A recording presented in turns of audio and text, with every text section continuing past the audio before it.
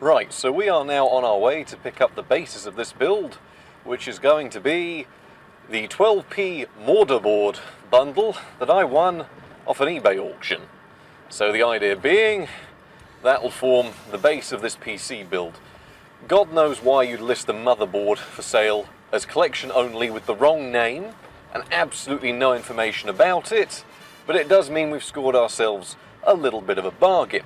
So all that's really left for us to do is drive down there, pay 12p for it, of which he wants cash, and then get on with the rest of the PC build.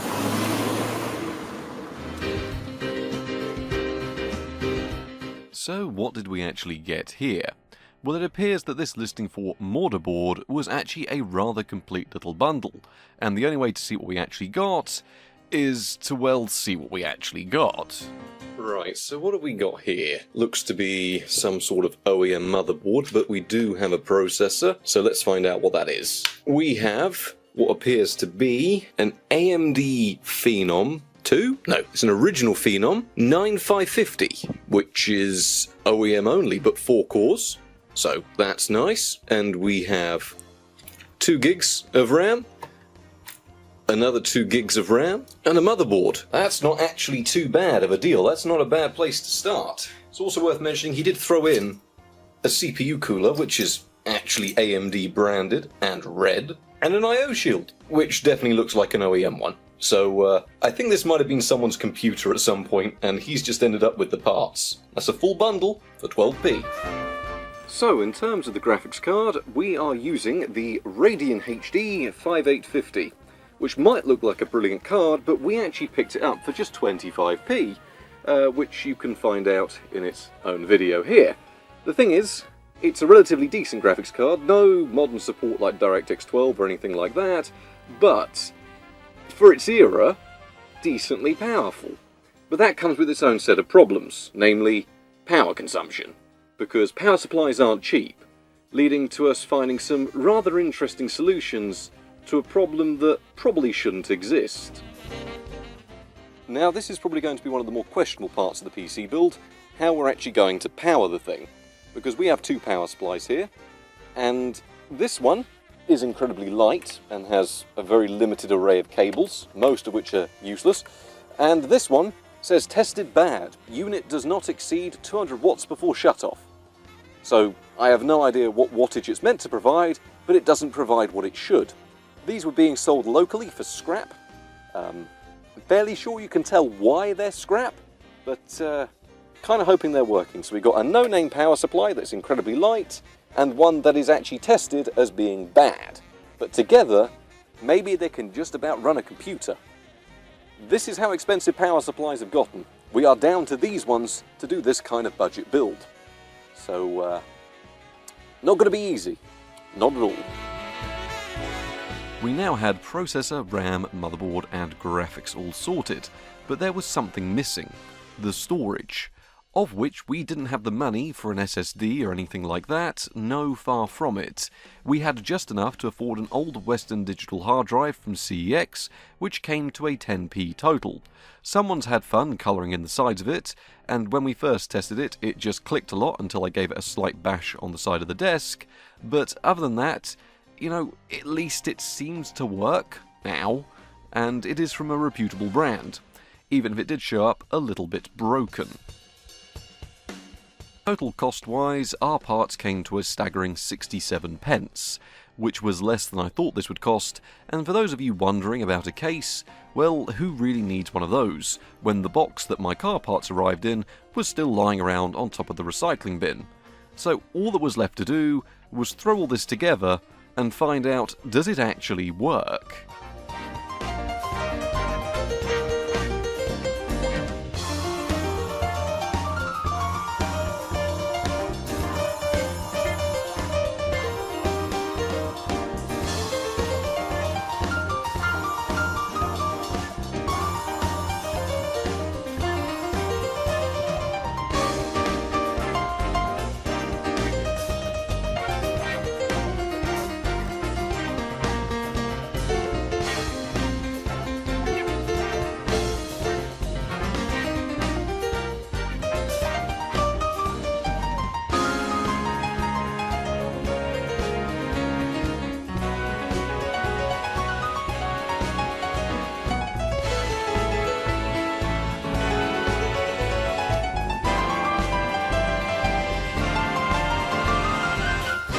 With all that constructed though, the sun set on the first day of the 67 computer adventure.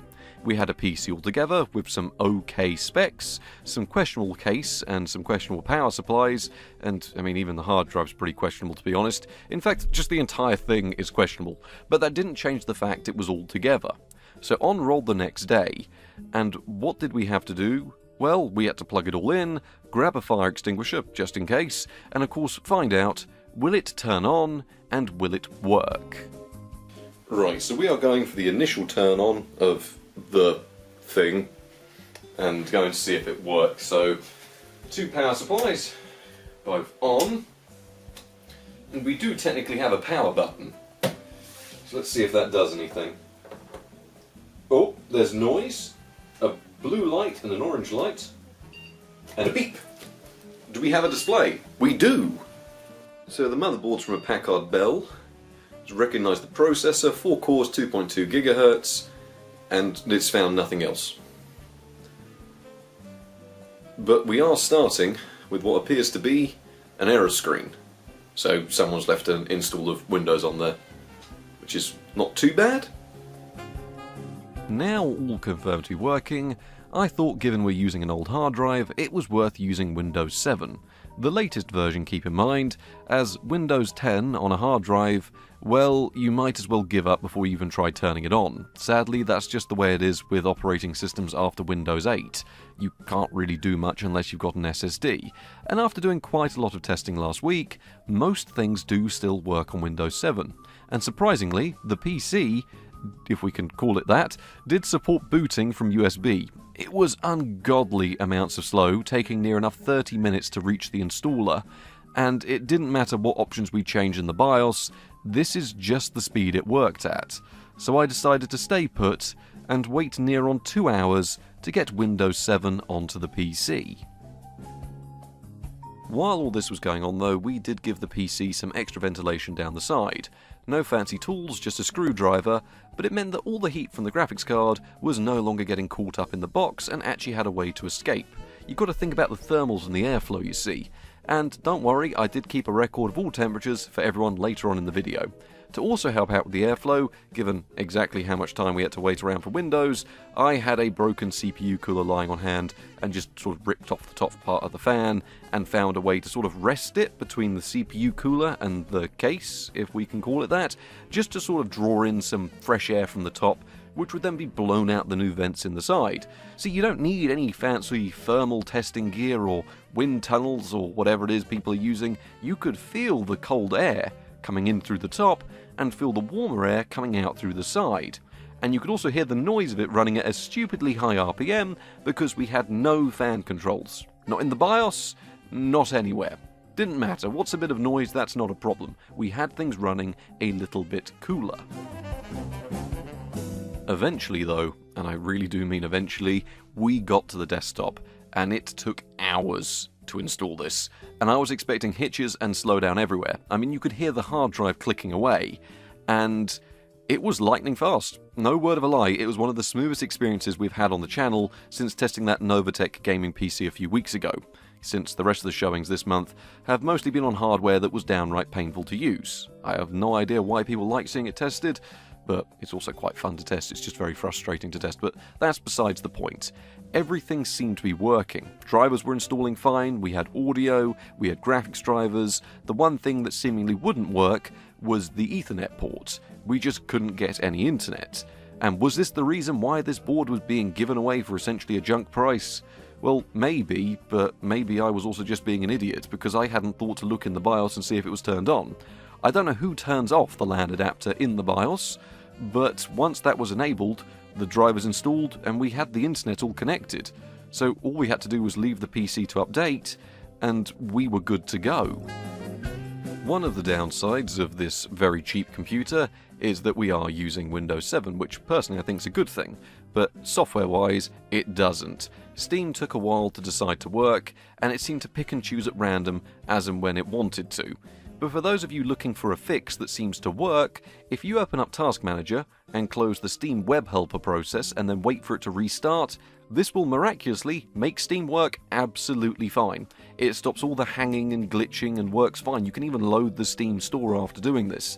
The only reason I thought to try this is because years ago when they dropped support for Windows XP, if you did this, that would work then. And it still seems to work today. I don't know why, but it does work, and it meant that we had Steam all up and running along with the rest of the software. As the evening went on, I was just using this PC as it was, installing all the programs we needed, browsing the web, and it was all working fine. Yes, it was a little bit noisy, but it wasn't getting warm, and everything seemed okay. Even my laptop's capture card was able to detect it as a display, making my life 10 times easier because we could just capture everything direct from the computer, which doesn't always happen. And those 4 cores, well, they worked fine. They might be very mediocre cores that AMD couldn't sell to the public outside of an OEM build, but here on Windows 7, running a PC in the modern day in 2024, they were fine. We were multitasking with no issues. We had the web open, we had about 4 different game installers, and it just wasn't slowing down. This is ridiculously good performance, and it's cost us next to nothing, leaving things off to a rather great start, given how painful the installation was. It was around this time, though, that the night began to draw in. And we had the PC ready. We had an AMD Phenom 9550 with 4 cores at a measly 2.2 GHz, 4 GB of very basic RAM, and an absolute unit of a Radeon HD 5850 graphics card, sipping power of 2 power supplies that should really be in the junk. But the only real way to find out how well it all works is in the benchmarks. Starting off our benchmarks with Morrowind, running in the highest resolution it would actually select. I have no idea what that resolution is, but it's above 1080p, I'll tell you that much. We did have to run the game at medium settings, as although we have 4 cores, they aren't very good. So when a game pretty much just uses one of them, well, it can't handle the highest of settings. But the resolution made everything look very crisp, and even then, running with medium settings, it did look pretty good, and the game averaged over 60 FPS a lot of the time, with the occasional hitch down when things got busy. I mean, these are not great cores, and this is a cheap computer. I know it's an older game to test, but when we're well over 1080p at 60 FPS, it's well worth showing off.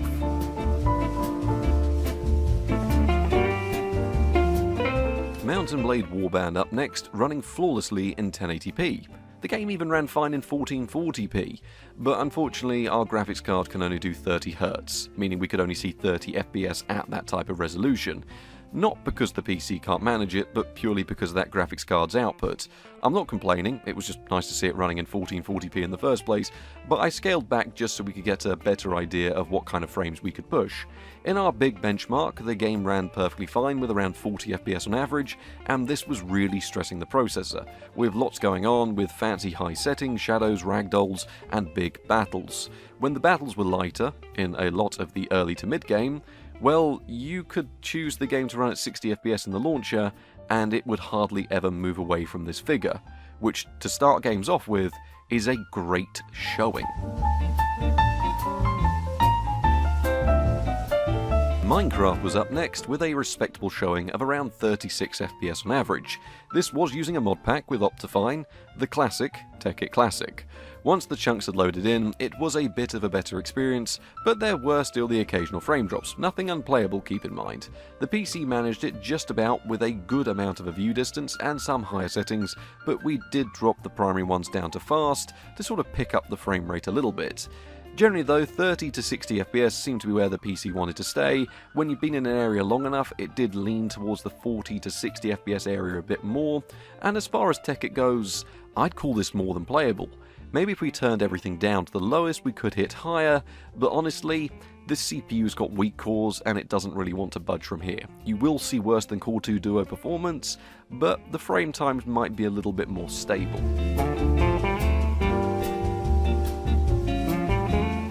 But I got a little bit greedy here, and I went to run GTA 5, which is where things got interesting. As soon as the game launched up and loaded, It hit around 30 FPS constantly as VSync is enabled to half by default in this game. It's painful, but that's just the way it is.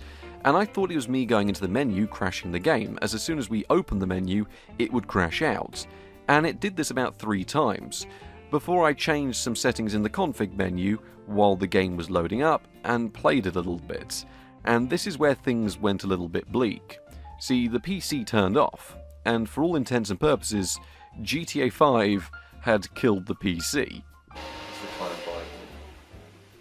Oh, it's just turned off. The PC has mysteriously died. I think GTA 5 did kill the computer. Oh no.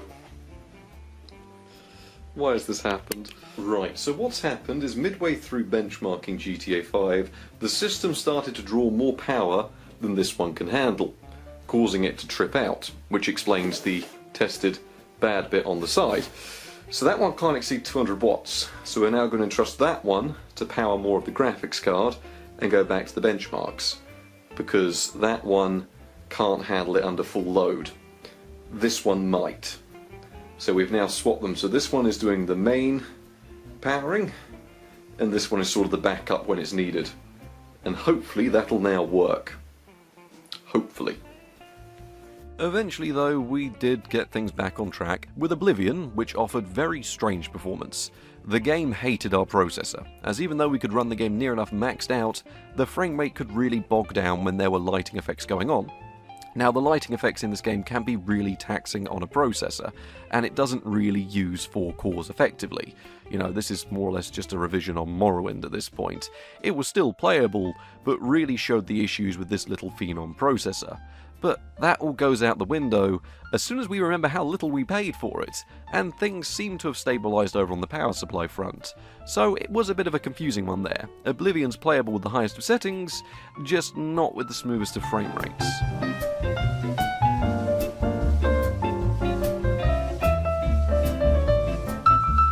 Command & Conquer General's up next, and the game does have a solid 30 FPS cap.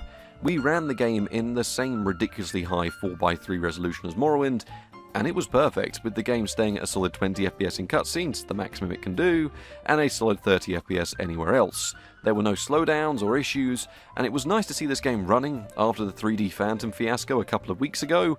Explosions, a high amount of units, nothing caused problems for our cheap little PC, so Generals wasn't a problem.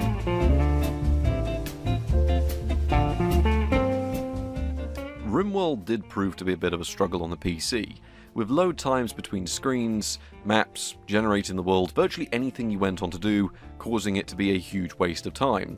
But it wasn't the end of the world, as a lot of the early game was surprisingly playable.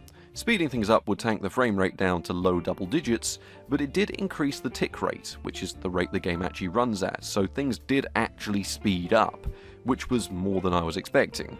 I wouldn't like to say this could handle any late game colonies. You'd probably be looking at single digit frame rates, even at the slowest speed, and you're probably better off sticking with the smaller maps. But still, an alright experience for something that I didn't even think would launch, let alone run.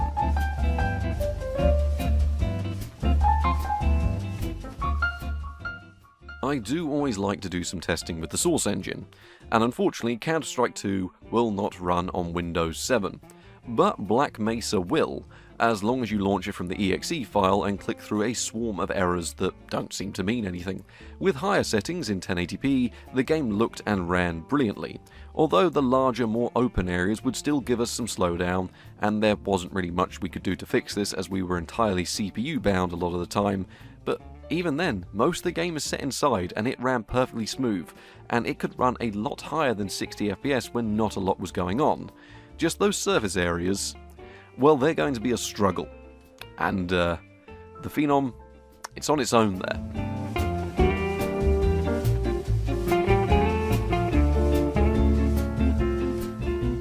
Next up, for benchmarks that made no sense, was Skyrim, which ran better than Morrowind or Oblivion did with a locked 50 FPS. Probably due to the capture card, meaning it's running in some sort of PAL resolution, but that doesn't matter. Even though we had 1080p and higher settings used, there wasn't a single bit of slowdown, so I don't really care about that 50 FPS cap. when all the strange Skyrim scenarios were unfolding in front of us. Yep, that's right, it's just Skyrim running as it was. I don't even know what was happening here. I would try and explain this benchmark test to you. It's just the standard Skyrim is being wacky, but the game ran perfectly smooth, and I can't really find any bit of fault with it. And when you factor in the price, and we're getting nearly double the frame rate that this runs at on consoles, well, that's not a bad experience, and I can't fault that one bit.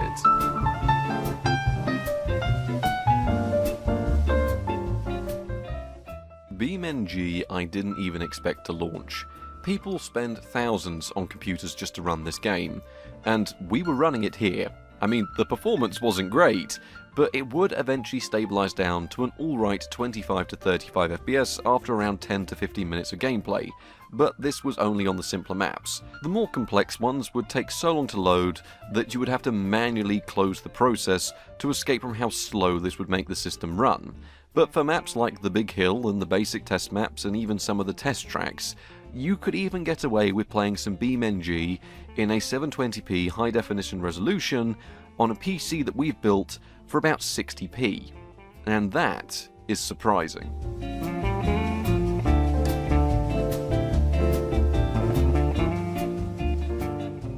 But finally, can it run Crysis? Well, for some reason, the game would only work in a window on the desktop, as full screen would cause the system to crash outright. I'm guessing because of a similar reason to GTA 5. But even then, we had the game running in 720p, with a mixture of medium and high settings, with a certainly smooth enough 32 FPS average. It didn't look half bad either. Overall, Crysis was now playable on a PC that cost us well under £1. And I doubt that is something that any of us would have expected when we went into this challenge. The fact that one of the most demanding games of the 2000s is able to run on something that you can build with the change in your pocket, well, it shows how far we've come.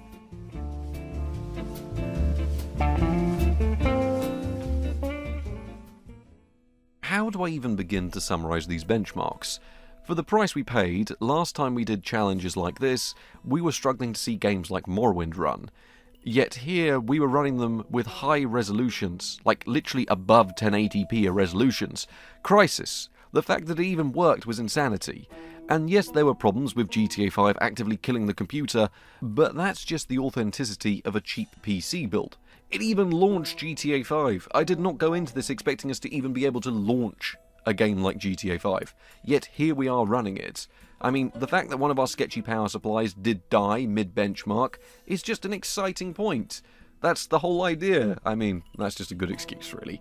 In reality, the best way I could summarise these benchmarks was that we were held back by our processor, unless it came to those sort of games from the late 2000s and early 2010s that could use all 4 cores, or at least start to understand them. And the HD 5850 could handle those games at high settings and high resolutions, and it's where things really shined. I mean, Skyrim is the perfect example. It ran better than Oblivion, and looked better as well, and that's not something that I was expecting to see. But that's the power of 4 weak cores. They're crap on their own, but they're slightly less awful when you can use all of them. But I know what people want to see. They want to see thermals. There's going to be people down in the comments saying, I think you'll find your graphics card was thermal throttling and it was really hampering the performance of your 62-pence computer. In reality, no. This processor was designed for office and school use, and they would receive endless neglect till they eventually stopped working, something that they miraculously never did. And even under the highest amount of load and stress, the CPU would barely break 60 degrees, and that's running in a cardboard box with limited airflow. I know these chips aren't as legendary as Intel's Core 2 Quad series, but we don't ever give these old Phenom chips anywhere near enough credit. The graphics side, though, it didn't thermal throttle. It did need those go faster holes in the side of the box, with the card topping out at 89 degrees in GTA 5, which is also where it crashed, not because of thermals, but because of the power load being drawn from the power supplies. Generally though, it was so limited by the processor that it ran around 74 degrees under full load, which isn't half bad, and it's not out of the realms of usual performance. I mean, this is a HD 5850 card, they run at about mid-70 degrees. Maybe a cardboard box could be the way forward in terms of thermals. I mean, it's not, but it didn't hamper us as much as I thought it would. On the topic of that old AMD Phenom, given it is the primary thing running things here, even in this state, running in a, slightly higher than 50p computer, well, the modern internet wasn't a problem. Sure, it was never going to be as snappy as some computers, but we are running things off an old dying hard drive here, and it can show when launching programs. But that didn't stop us loading up modern websites and doing some basic web browsing, some shopping, and even some YouTube playback, which you could just about handle in 720p. H.264 didn't help things all too much, and it was actually more stressful for the processor to run videos and the modern web than running games, which really tells you a thing or two about where we are now with the internet. That Skyrim was easier to run on this PC than some web pages. And that certainly gives you something to think about, but still, web browsing, perfectly doable. Just for the tiniest bit of stupidity, I was wondering, what if this PC could actually handle streaming? We don't have a graphics card new enough to be able to do all the encoding on it, so we had to go through enough tweaking in OBS and some low enough resolutions to actually get things running.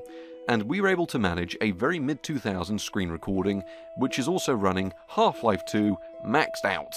That's quite impressive. It is only an 800 by 600, and would I recommend it? No, not at all. But the fact we were actually able to do some sort of recording, or even live streaming from this type of PC, goes to show you that you do not need a world of equipment to pull it off. Maybe if we went out and spent another 50p or so on a camera and a microphone, we could try it out sometime. And that is a very big maybe, because then I'd have to carry on streaming in 800 by 600 at whatever awful resolution we can manage. But still, it was doable.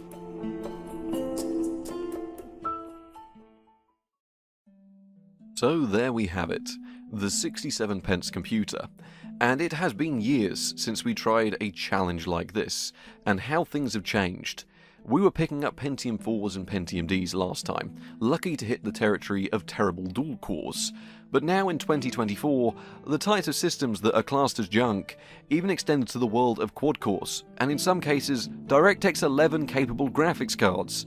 The hardest part was trying to power all this, as although processor and graphics card prices are down, prices on power supplies have gone up in the new and used market, with people trying to sell junk units like this on eBay for up to £5 to £10. No one buys them, but the fact these are actually being listed for, actual money is nonsense. This video went to prove that there are still some deals out there if you put the work into finding and negotiating for them. I've got a few more budget builds lined up, a lot more practical ones like this, maybe a cheap console crusher coming soon if people would like to see that, but let's get rid of this nonsense idea of people spending the price of a used car on a PC. That isn't a budget PC, that's a full-on gaming PC. For some of us out there, £500, £700, £1,000 is not a budget build, that is a full custom gaming PC. And I understand why when I announced this sort of challenge, people were saying he's just going to go and get a free PC and dump a graphics card in it, because that seems to be the memento now, is someone's just going to take the lazy route. They're not going to actually go to the effort to find these parts, because that is what you can do, is you can find these parts, you can build these computers, and you can use them to just get by. This video was more of a fun challenge than actually a go out and buy these parts, because we will have some budget builds like that coming. But anyway, I hope you've all enjoyed this challenge. It's been years since we've done one, and it's been nice to see the change in the market. Thank you very much for watching, and good night.